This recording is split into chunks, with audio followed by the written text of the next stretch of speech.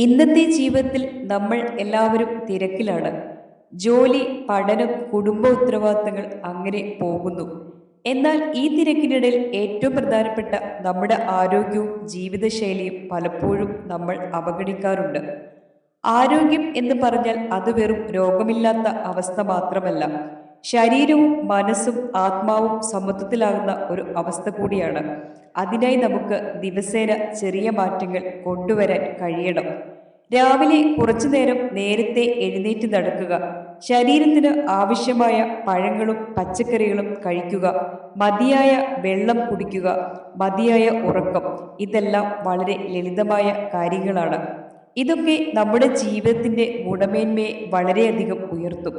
അതുപോലെ തന്നെ ജീവിതശൈലി അഥവാ ലൈഫ് സ്റ്റൈൽ വളരെ പ്രധാനമാണ്.